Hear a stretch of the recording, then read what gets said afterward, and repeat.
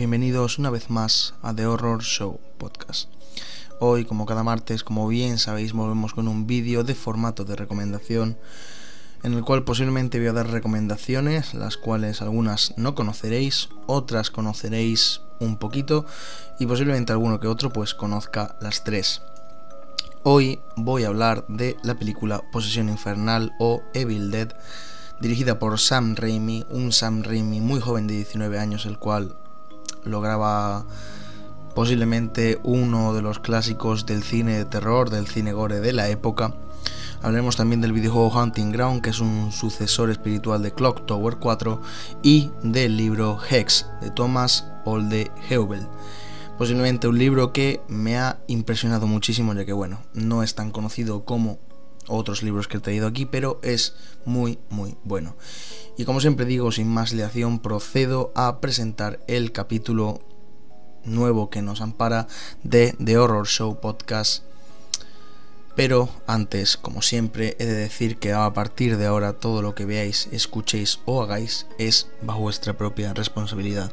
Y ahora sí, voy con el capítulo, el cual se llama Hechizos y Maldiciones. Bien, y comenzamos con la película que hemos escogido para el podcast de hoy, la cual es Posesión Infernal de Evil Dead de 1981, dirigida por Sam Raimi.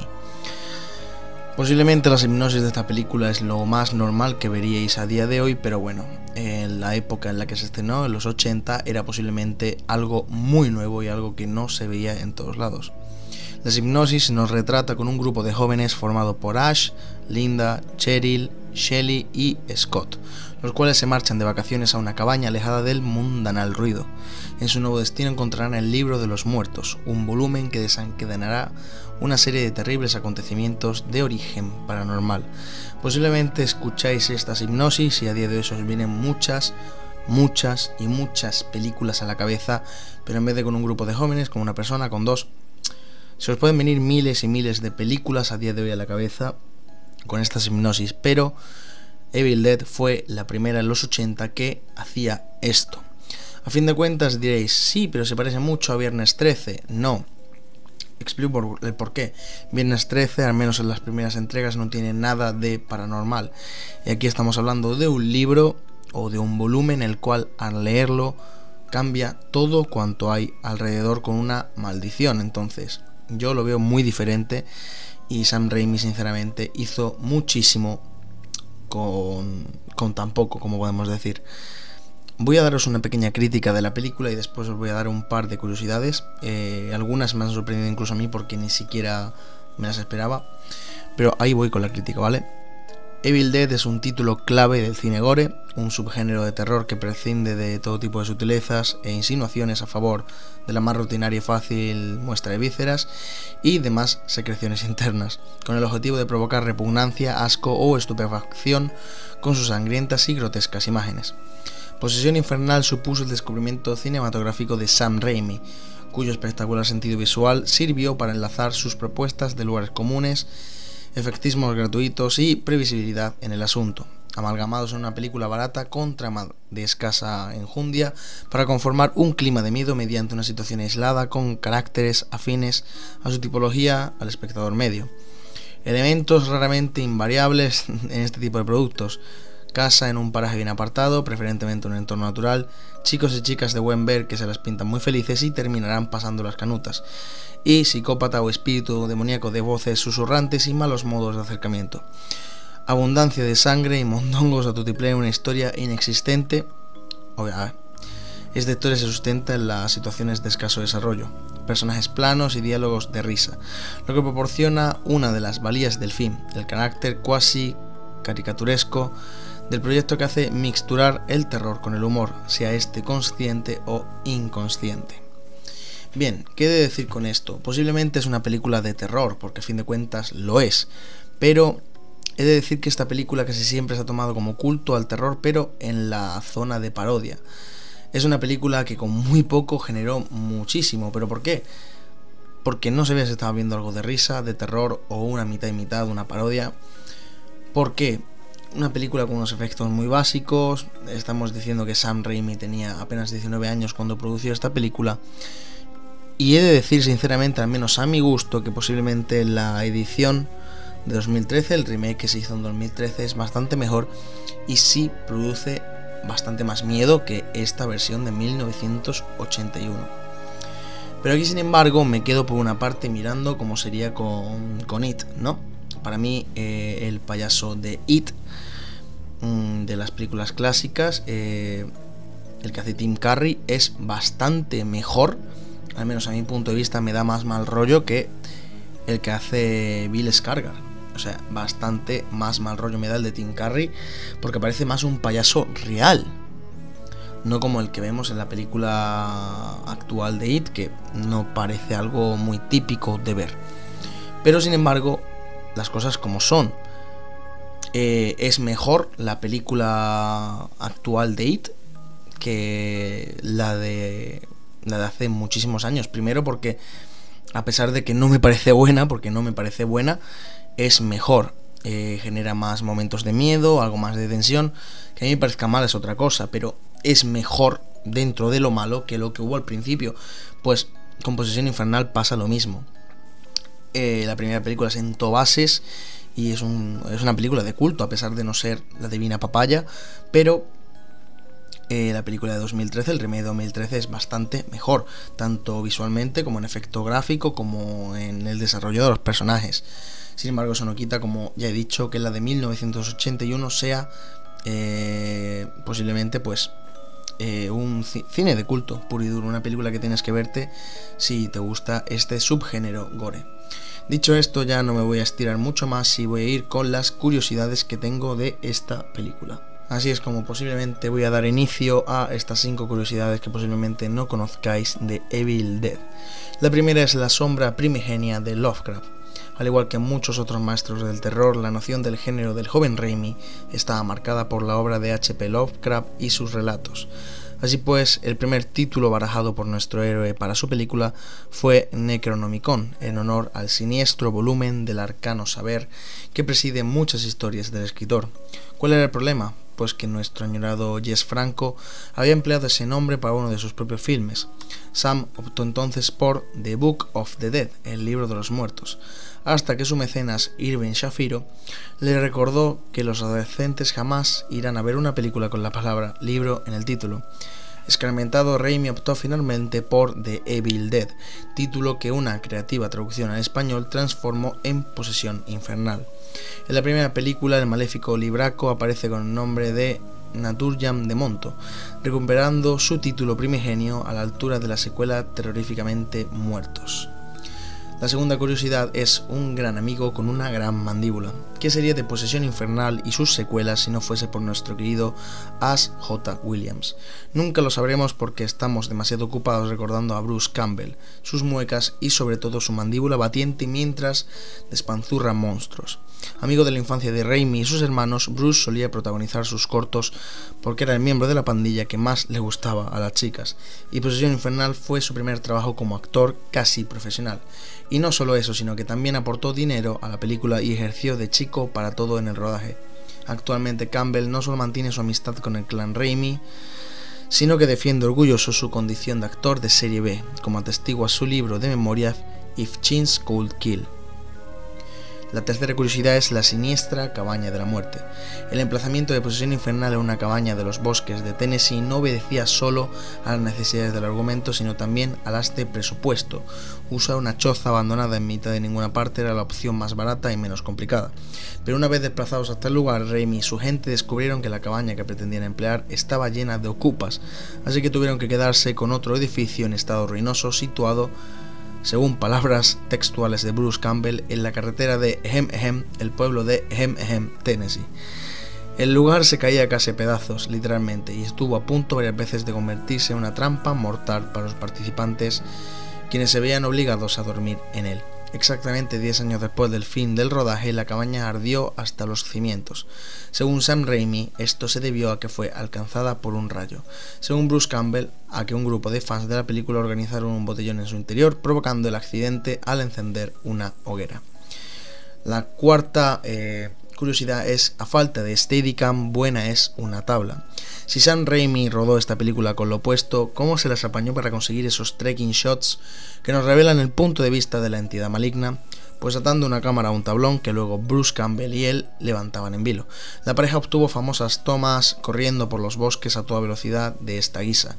Otra cosa no, pero ambos debieron abandonar el rodaje con unos bíceps enormes. Y como última curiosidad es la número 5, chúpate esa, Wes Craven.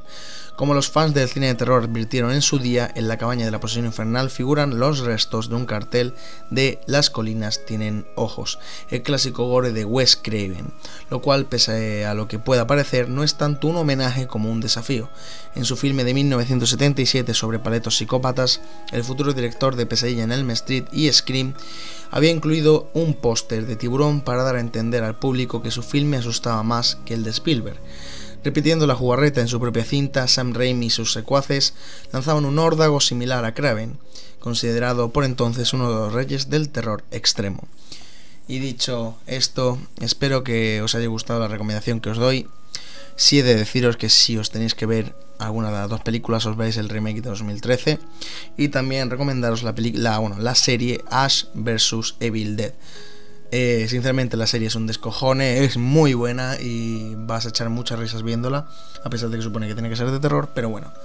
Como siempre digo, espero que os haya gustado esta recomendación y sin más dilación paso al videojuego que hemos escogido para el podcast de hoy. El juego es el conocido como Haunting Ground o Demento, fuera de la zona europea, desarrollado por Production Studio 1 de Capcom en plena época pletórica de la que por aquellos tiempos era una de las empresas third parties más impresionantes de la historia, casi con total seguridad la mejor, y es que la compañía había desatado desde la generación de 32 bits una oleada de juegos y franquicias a cual más prometedora hasta la fecha, y que tras ofrecernos en esos mismos años títulos del calibre de Biohazard Rebirth, el remake de Resident Evil, Biohazard 0, Okami, God Hand, Devil May Cry, hasta culminar con el impresionante Resident Evil 4 de Shinji Mikami, y que en sus ratos libres dedicaba a estudios menores internos a la producción y desarrollo de títulos que para muchos eran desconocidos, y llegaron en muchos casos a pasar desapercibidos debido a una distribución que dejaba en ocasiones bastante que desear.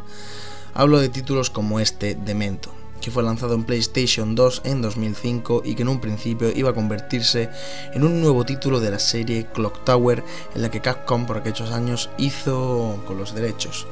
Terminó por convertirse en una nueva IP, por lo que las similitudes jugables con la mítica serie son más que evidentes desde los primeros momentos jugables del juego. Eso sí, Haunting Ground incorporaba ciertas pautas en su desarrollo jugable que lo convirtieron en algo realmente llamativo para el público occidental, y que hubieran tenido poco contacto con la mítica serie Clock Tower. La trama argumental nos sitúa tras un accidente de tráfico sufrido por Fiona Belli, una joven rubia de complexión delgada que tras el aparatoso accidente despierta totalmente desorientada en un enorme castillo atrapada en una celda. Este parece estar ubicado en Europa. La joven, que despierta completamente desnuda y cubierta simplemente por una fina sábana blanca, se encuentra enjaulada como un animal en lo que parece ser una habitación o cuarto habitado por un carnicero. Tras percatarse de que el candado de su jaula se encuentra abierto y que se encuentra totalmente desorientada tras el accidente, decide investigar con precaución las estancias del castillo para tratar de encontrar respuestas.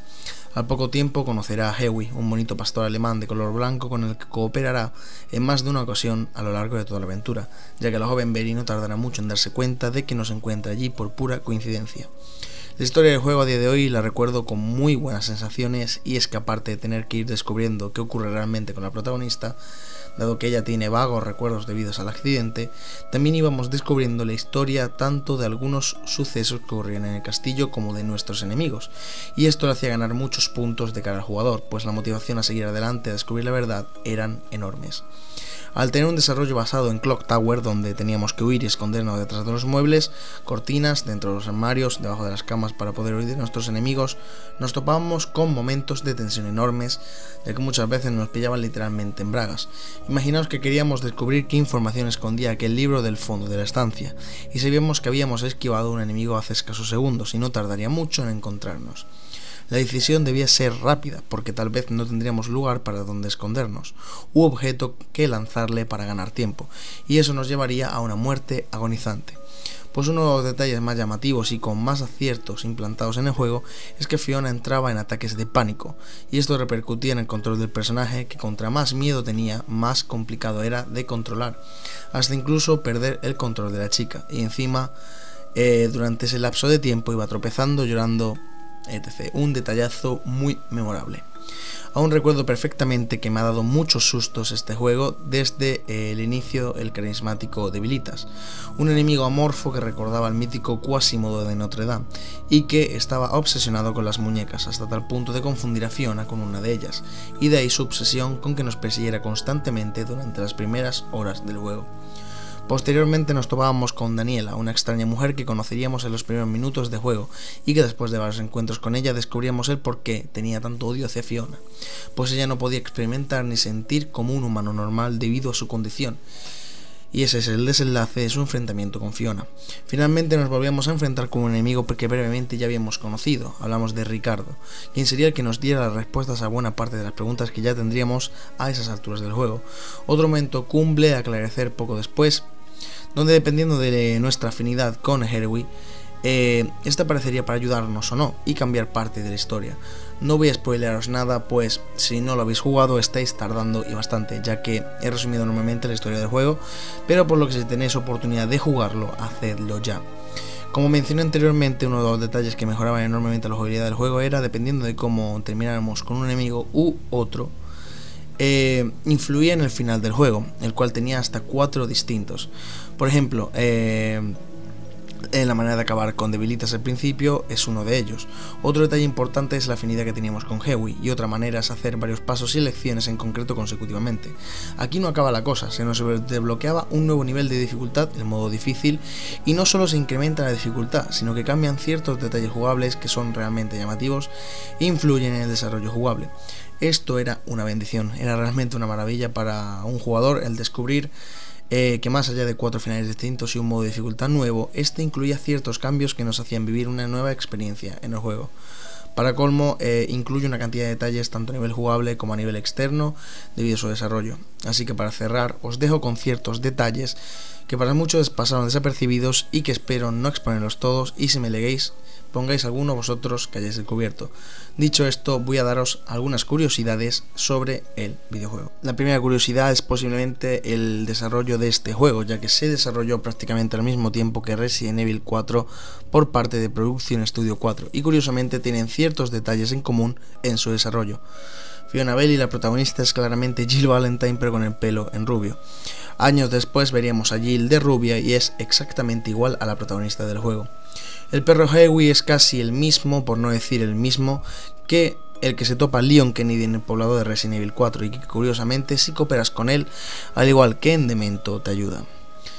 En ambos, parte de la trama se desarrolla en un castillo en Europa, en Resident Evil 4 en España. Curiosamente hay ciertos matices y detalles interiores en los que se parecen y bastante. Otra curiosidad es que en su época había ciertas dudas respecto a lo que le ocurría a nuestra protagonista cuando uno de los enemigos la atrapa y se fundía la pantalla en negro y pasábamos solo a huir. Pues bien, según ciertas aclaraciones, consultas e investigaciones de gran índole, estas serían las respuestas más exactas a esas dudas. Cuando Debilitas te atrapa, supuestamente te abraza tan fuerte que te parte la columna. Después te desmiembra como si fueras una muñeca. Cuando es Daniela quien nos atrapa, empala a Fiona con un cristal, acto seguido la abre en canal y extrae lo que tanto busca. Y en caso de Ricardo, simplemente la viola. Posiblemente no hay apenas prácticamente más curiosidades de este videojuego. He intentado, como quien dice, daros los más conocidos y posiblemente son lo más que hay. Como ya he dicho antes, este juego tuvo una distribución bastante mala y posiblemente por eso no hay tanta curiosidad o por eso no es tan conocido. Sinceramente, ya os lo he dicho, es un survival horror que hay que jugar sí o sí si te gusta el género. Es una joyita que Play 2 dio y sinceramente te mantiene muy tenso, y es un juego que debes jugar sí o sí si eres fan de este género. No voy a explayarme más y procedo a hablar del libro que he escogido para el podcast de hoy. Y bien, el libro que vamos a tratar hoy es Hex, de Thomas Oldeheubel. Este libro es del género terror, posiblemente muy pocos lo conozcáis, pero he de decir que es un libro que merece muchísimo la pena que leáis. Su publicación fue en 2020 por la editorial Nocturna. Apenas tiene 512 páginas. La verdad es un libro que no se hace largo, no se hace pesado y merece mucho la pena el coger y leerlo. ¿Qué he de decir? Voy a poner más o menos en la hipnosis de este libro, y es que nos transporta a Black Spring, una población pintoresca con un macabro secreto. Una mujer recorre las calles con la boca y los ojos cosidos, entra en los hogares y espía a la gente mientras duerme. La llaman la bruja de Black Rock. Los vecinos se han acostumbrado tanto a su presencia que a veces se les olvida lo que ocurrirá si algún día abre los ojos. Para protegerse de curiosos, los fundadores de Black Spring han instalado equipos de vigilancia con los que mantienen la zona en cuarentena, hasta que unos adolescentes hartos de su aislamiento deciden saltarse las normas y convertir la maldición en una experiencia viral. Nadie se imagina la siniestra pesadilla que entonces los aguarda. Sinceramente, lo que es esta hipnosis ya dice mucho. Mezclamos el terror antiguo de brujas, de maldiciones, con la época que hoy en día vivimos, donde saltarse las normas para volverse viral es lo más normal que puedes ver en cualquier país o en cualquier lugar. He de decir que yo es un libro que no le tenía fe, viendo ya lo que es la hipnosis. Ahora mismo, después de leer el libro, digo, coño, tiene sentido lo que leo aquí. Pero al principio dices, esto tiene que ser una patochada curiosa. Pero no, es un pedazo de libro, merece muchísimo la pena. Y voy a daros rápidamente una opinión personal de esta novela para mí. Este libro se nos presenta como un libro lleno de misterios, bajo una tétrica atmósfera que nos traspasa el terror y la angustia que viven sus personajes. Debo decir de primeras que me flipan este tipo de historias. Soy un amante nato del género de terror y, por descontado, las brujas están incluidas. Su oscura ambientación y la facilidad con la que el autor relata los sentimientos y las emociones de los habitantes, mezclándolas con la agonía de vivir allí, es todo un acierto. El libro Hex está dividido en dos partes que muestran un claro giro en la narración. Esta historia marca un ritmo pausado y firme en su primera parte. Iremos conociendo lo que ocurrió en 1664 y el día a día de los habitantes de este pueblo, que están destinados a permanecer ahí para siempre. Si uno de ellos decide irse de allí, el paso de los días irá instándole a cometer una locura que acabe con su vida. Por ello deberán resignarse a permanecer en ese lugar e intentar evitar que más personas acaben viviendo bajo esa agonía. La segunda parte cuenta con menos de la mitad de la narración y el ambiente se vuelve caótico y destructivo. Es como si una bomba explotase y se llevase todo entre gritos y desesperación. Sentiremos la misma desorientación que los personajes, y es que si algo logra este autor es meternos de lleno en su maravillosa historia, convirtiéndonos en un personaje más. La pluma de Thomas Old Eubelt es directa y sencilla. Pasarás por sus páginas poniéndote en la piel de los habitantes, sintiéndote un vecino más y viéndote caminar por esas calles, por ese bosque. Es absolutamente escalofriante. Mezcla la tecnología con las historias de hace siglos de forma magistral. La caracterización de los personajes es una gozada y diferenciarlos con apenas un golpe de vista es un gran logro para una novela que no deja de cambiar de punto de vista. Tengo entendido que cuando la novela Hex se tradujo a otros idiomas, cambiaron varios conceptos de ella, por lo que me da curiosidad saber qué pasaba realmente en el libro original. Como sabréis, los derechos se han vendido para hacer una adaptación a la gran pantalla, y estoy muy convencido de que será todo un éxito si saben plasmar y respetar la esencia de esta historia. Dicho esto, no puedo deciros mucho más de este libro. Espero que os haya gustado mi crítica y sinceramente dadle una oportunidad. Es un pedazo de libro, sabiendo que para colmo se viene una adaptación al cine dentro de poco. Creo que merecerá la pena tanto leer como ver la película. Así que, dicho esto, doy fin a lo que es el podcast en sí y paso al final con la experiencia paranormal. Y bien, por último volvemos con la experiencia paranormal. Y como siempre os digo cuando toca este punto del vídeo, todo lo que vais a escuchar ahora es real y verídico. No tengo en absoluto por qué mentiros ni gano nada haciéndolo. Esta experiencia paranormal posiblemente es algo más floja de lo que otras veces habéis podido escuchar. Y me la cuenta un colega en su casa, que le sucedió en su casa. Llegó de trabajar un día del campo de la aceituna y ese día estaba solo. Llegó cosa de las 3, 4 de la tarde. Comió, se duchó y se echó a dormir.